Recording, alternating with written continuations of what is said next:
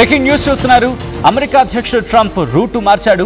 Iran ఏమీ చేయలేక ఇంకో దేశంపై కయ్యానికి కాలుకు దువ్వడానికి రెడీ అవుతున్నాడు ట్రంప్. క్యూబాపై ఆర్మీ ఆపరేషన్కు సిద్ధమవుతోంది అమెరికా. ఆపరేషన్ క్యూబా చేపట్టబోతున్నామంటూ ట్రంప్ ప్రకటన చేశాడు. వెంటనే క్యూబాను స్వాధీనం చేసుకుంటా అంటున్నాడు ట్రంప్. ఇరాన్ నుంచి తిరిగొచ్చే దారిలో మా సైన్యం ఆ పని చేయబోతుందంటూ చెప్పుకొచ్చాడు ట్రంప్. క్యూబాకు 100 గజాల దూరంలో అబ్రహం లింకన్ యుద్ధ నౌకను ఉంచుతా ఉంటున్నాడు ట్రంప్. లొంగిపోతున్నామని క్యూబా చెప్పేలా చేస్తా ఉంటున్నాడు ట్రంప్. క్యూబాను స్వాధీనం చేసుకోవడం తనకు గౌరవం అంటూ చెప్పుకొచ్చాడు ట్రంప్ అల్టిమేటంపై స్పందించింది క్యూబా. మాది స్వతంత్ర దేశం, అలాంటిది యుఎస్ మాకు ఆదేశాలు ఇవ్వడం ఏంటి అంటూ జరుగుతోంది క్యూబా. లొంగిపోయేది లేదు, రాజీనామా చేసేది లేదు. మా నాయకత్వాన్ని క్యూబా ప్రజలే నిర్ణయిస్తారంటున్నాడు ఆ దేశ అధ్యక్షుడు మిగెల్ డియాజ్ క్యానల్. ఇప్పటికే క్యూబాకి సంబంధించి ఆ రియాక్షన్ కూడా వస్తుందో. అసలు ఇంతకీ ట్రంప్ అన్న ఆ మాటలేంటి క్యూబా విషయంలో ఒకసారి ఆ పోస్ట్ చూసే ప్రయత్నం చేద్దాం. Finish one first. I like to finish a job. Good job. An architect who's really talented. He's done a lot of work for him. He's got a flair, a beautiful Hispanic flair in particular. And he comes from originally a place called Cuba, which we will be taking over almost immediately. No, Cuba's got problems. We'll finish one first. I like to finish a job. On the way back from Iran, we'll have one of our big, maybe the USS Abraham Lincoln aircraft carrier, the biggest in the world. We'll have that come in, stop about 100 yards offshore, and they'll say, "Thank you very much. We give up." Good job. An architect who's really talented. He's done a lot of work for him. He's got a flair, a beautiful Hispanic flair in particular. And he comes from originally a place called Cuba. Right, అది Trump చెబుతున్న మాటలు. Trump ఈ మాట ఏం కొత్తగా లేదు. గతంలో కూడా ఇరాన్ గురించి మాట్లాడుతున్న సందర్భంలో క్యూబా ఊసెత్తాడు. నెక్స్ట్ మా టార్గెట్ క్యూబా అని చెప్పుకొచ్చాడు. సో అప్పటి నుంచి ఆ దేశం కూడా ప్రిపేర్డ్గా ఉంది.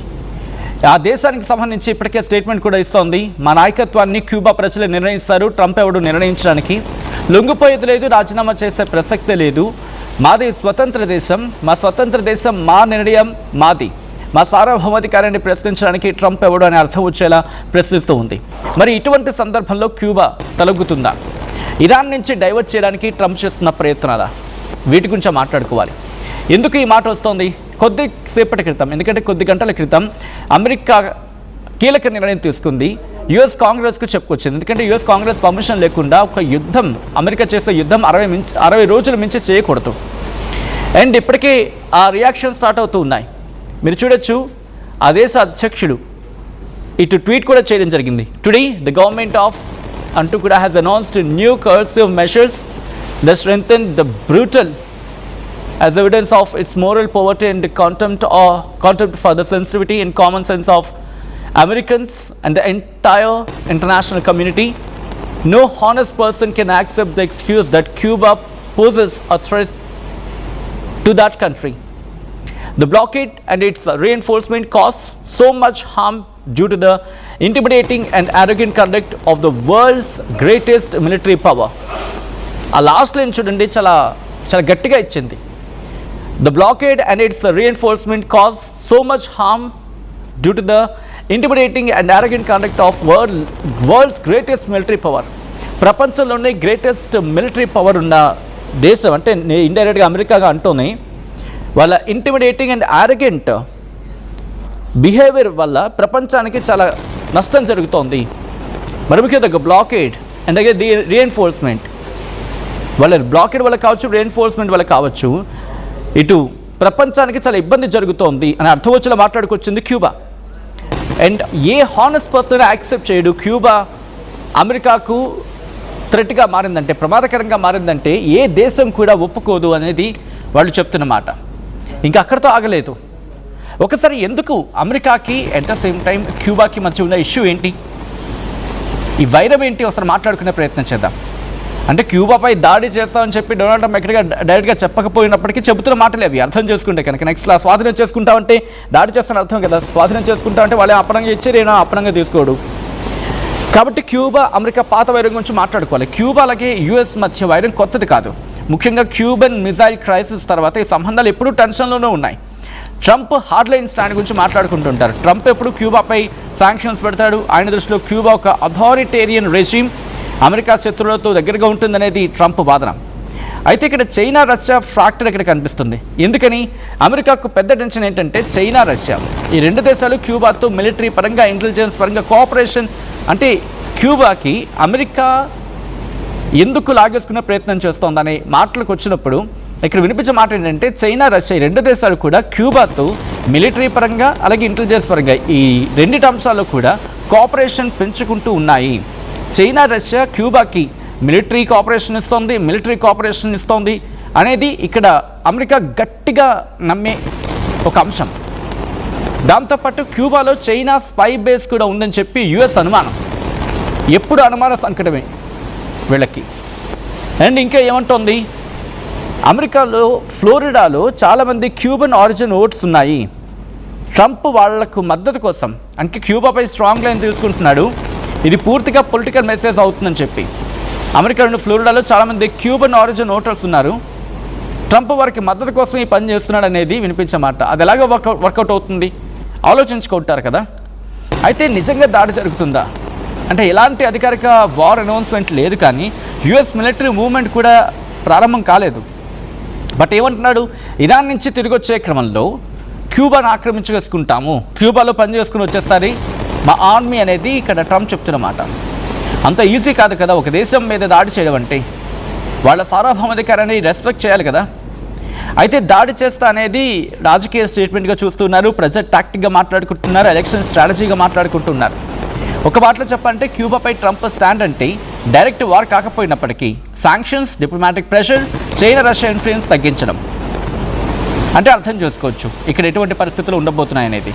ఒక్క మాటలో చెప్పాలంటే ట్రంప్ ఇప్పుడు అమెరికా ఇరాన్ మధ్య ఉన్న యుద్ధ వాతావరణాన్ని అమెరికా క్యూబా వైపు టర్న్ అవుట్ చేసేసి ఇరాన్ని పూర్తిగా మ్యూట్లో పెట్టేసేయాలి. ఇష్యూని మ్యూట్ చేసేస్తే కనుక తనకి పొలిటికల్ మైలేజ్ వచ్చే అవకాశం ఉంది. ఎందుకంటే చిన్న దేశంపై విజయాన్ని సాధించి అక్కడ దాన్ని ప్రొజెక్ట్ చేసుకొని ఇరాన్తో ఓడిపోయాను అని చెప్పి ఒప్పుకోలేకపోతున్న సందర్భం అని మాట్లాడుకుంటున్న క్రమంలో క్యూబాను చూపించి ఇదిగో నేను విజయం సాధించాను, ఇరాన్ని ఆఫ్కోర్స్ తను ఎప్పుడు అనే మాట కింద విజయం సాధించేసని చెప్పి తర్వాత లేటర్గా ప్రకటించుకుంటుంటాడు. ఏదో అంటూ ఉంటారు కదా 100 సార్లు చెప్తే అబద్ధం కూడా నిజమైపోతుందని చెప్పి ఒక సామెత ఉంటుంది. అలాగే ట్రంప్ నోట్ అంట అబద్ధం చెప్పిన నిజం చెప్పిన అబద్ధం చెప్తున్న నిజం చెప్పిన అబద్ధం అని భావిస్తున్న రోజులు, అలాంటిది ఆయన అబద్ధం చెప్పినా కూడా నిజమైన నమ్మే పరిస్థితులు లేవు. కాబట్టి అది నిజం అబద్ధమని భావిస్తారు, అబద్ధం అయితే ఇంకా స్ట్రాంగ్గా నమ్ముతారు. కాబట్టి ఇప్పుడున్న సిచ్యువేషన్లో ట్రంప్ దాడి చేస్తాడంటే కనుక క్యూబాను దాడి చేసే అవకాశం ఉంటుంది అనుకున్న అతిశయోక్తి లేదు. అమెరికా అధ్యక్షుడు డొనాల్డ్ ట్రంప్ చేసిన కీలక ప్రకటన ఇది.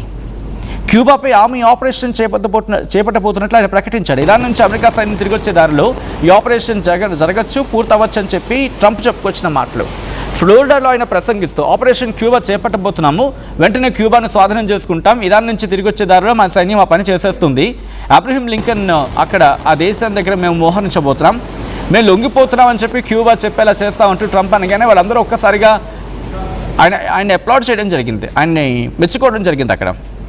అయితే అమెరికా క్యూబాకి మధ్య వైరం ఈ నాటిది కాదు, ఏకంగా 19వ శతాబ్దం నుంచి కూడా ఉంటూనే ఉంది వాళ్ళిద్దరి మధ్య ఈ గొడవ. కారణం ఏంటంటే ఫిడెల్ కాస్ట్రో విప్లవం తర్వాత ఇది మరింత ముదిరిపోయింది. ఎందుకంటే ఇక్కడ యుఎస్ వాళ్ళ బిజినెస్ ప్రయోజనాలు చూసుకుంటుంది, దాంతోపాటు కమ్యూనిస్ట్ సిద్ధాంతం, సోవియట్ యూనియన్తో క్యూబా స్నేహం, ఇవన్నీ కూడా అమెరికాకు నచ్చవు.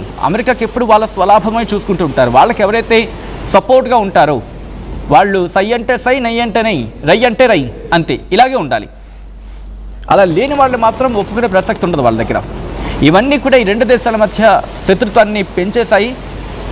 అయితే ఆ మధ్యలో బరాక్ ఒబామా అధ్యక్షుడిగా ఉన్న సందర్భాల్లో ఇరు దేశాల మధ్య స్నేహపూర్వక వాతావరణం కనిపించింది. అయితే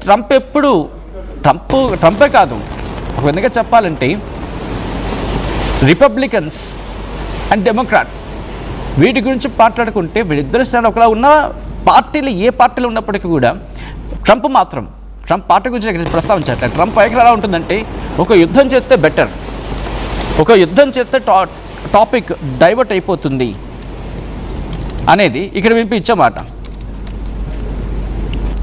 సో రిపబ్లికన్లకు సంబంధించి మాట్లాడుకుంటే రిపబ్లికన్ ఎప్పుడు వచ్చినా కూడా వీళ్ళకి ఏమనిపిస్తుందంటే ఒక యుద్ధం చేసేసుకుంటే, ఒక యుద్ధం చేస్తే మనకి అది మైలేజ్ ఇవ్వచ్చు, ఓట్ మైలేజ్ ఇవ్వచ్చు అనేది వీళ్ళ మాటగా వీళ్ళ వాదనగా అక్కడ మాట్లాడుకుంటూ ఉంటారు. అయితే ఈ మధ్య కాలంలో చూసుకోవచ్చు మనం, వెనిజులా అధ్యక్షుడు నికోలస్ మదురోను కూడా సైనిక చర్య చేపట్టాడు. మిలిటరీ ఆపరేషన్ చేపట్టి అరగంట వ్యవధిలో అక్కడి నుంచి పట్టుకెళ్ళిపోయాడు, అమెరికాలో బంధించాడు. ఇప్పుడు నెక్స్ట్ క్యూబా నెక్స్ట్ అంటూ ఉన్నాడు. అదొక ఫెయిల్యూర్ కంట్రీ అంటున్నాడు. వాళ్ళ దగ్గర డబ్బులు లేవు, వాళ్ళ దగ్గర ఎనర్జీ లేదు, కానీ అదొక అందమైన ప్రదేశం అంటాడు, దాన్ని స్వాధీనం చేసుకుంటానంటాడు. ఇది ట్రంప్ చేసే వ్యాఖ్యలు. అయితే జరిగే అవకాశం ఉందా? ఎందుకంటే అమెరికా ఇప్పటికే తీవ్రమైన శాంక్షన్స్ పెట్టింది, దీంతో క్యూబా కూడా కాస్త ఇబ్బందులు ఎదుర్కొంటోంది. అయితే ఎనర్జీ క్రైసిస్ కూడా క్యూబా ఎదుర్కొంటుంది. అందులో చాలా ఇబ్బందులు కూడా పడుతోంది. అయితే ట్రంప్ అల్టిమేటంతో క్యూబా రియాక్ట్ అయింది. క్యూబా ఒక స్వతంత్ర దేశం మాది, అలాంటప్పుడు అమెరికా మాకు డైరెక్షన్స్ ఇవ్వడం ఏంటి, మాకు ఆర్డర్స్ ఇవ్వడం ఏంటి, మేము లొంగిపోయే ప్రసక్తి లేదు, రాజీనామా చెయ్యం, మా నాయకత్వాన్ని మేమే నిర్ణయించుకుంటాం, మా ప్రజలు నిర్ణయించుకుంటారు, మాది స్వతంత్ర దేశం, వాడెవడో వచ్చి చెప్తే మేమెందుకు వింటామనే అర్థం వచ్చేలాగా ట్రంప్కి అక్కడి అధ్యక్షుడు మిగెల్ డియాజ్ క్యానల్ ప్రకటించడం ఇప్పుడు అగ్నికి మరింత ఆశ్చర్యం పోస్తుంది. సో చూద్దాం, ఇక్కడ యుద్ధానికి వెళ్తుందా లేకపోతే రష్యా చైనా కలుగు చేసుకొని దీన్ని కామ్డౌన్ చేసే ప్రయత్నం చేస్తాయా? ఈ కథనం మిమ్మల్ని కాస్త కలవరపరచచ్చు. అయితే మిమ్మల్ని కలవరపాటుకు గురి చేయడం ఆర్టీవీ ఉద్దేశం కాదు, కానీ ఇటువంటి కథనాలు చూసినప్పుడు కాస్త కలవరపాటుకు గురి అవకాశం ఉంది కాబట్టి దీనికి సంబంధించిన జాగ్రత్త తీసుకోవాలని ఆర్టీవీ సూచించడం జరుగుతుంది. This is disturbing content, video discussion is highly advised. ఒక్కసారి ట్రంప్ క్యూబాపై యుద్ధాన్ని ఇండైరెక్ట్గా ప్రకటించాడు, ఒకసారి ఏమంటున్నాడు చూద్దాం. Immediately. Good job. An architect who's really talented, has done a lot of work for him. He's got a flair, a beautiful Hispanic flair in particular. And he comes from originally a place called Cuba, which we will be taking over almost immediately. Now, Cuba's got problems. We'll finish one first. I like to finish a job. On the way back from, what we'll do, on the way back from Iran, we'll have one of our big, maybe the USS Abraham Lincoln aircraft carrier, the biggest in the world. We'll have that come in, stop about 100 yards offshore, and they'll say, "Thank you very much, we give up." Good job.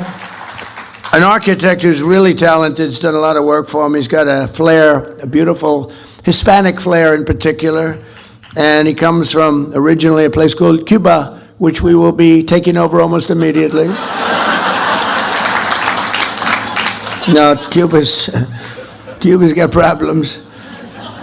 We'll finish one first. I like to finish a job.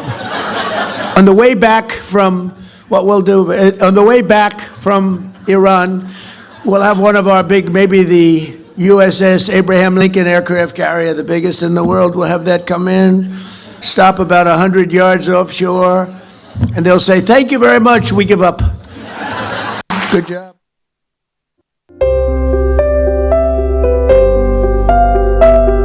చిన్న చిన్న ఆనందాలు 35 ఏళ్లుగా నా జీవితంలో లేవు. 35 ఏళ్లుగా నేను డైపర్లలో బ్రతికాను. 6 సెంటీమీటర్ల ఫిస్టులా నా మూత్రాశయంలో లీకు కారణమైంది. ఎవరూ నాకు సహాయం చేయలేకపోయారు. ఏఐఎన్యూలో వైద్యులను కలిసే వరకు. అక్కడ వారు రోబోటిక్ శస్త్రచికిత్సతో నాకు పరిష్కారం ఇచ్చారు. వారు నా ఆత్మవిశ్వాసాన్ని కూడా తిరిగిచ్చారు. Precision care makes it possible. The Center for Robotic Surgery at AINU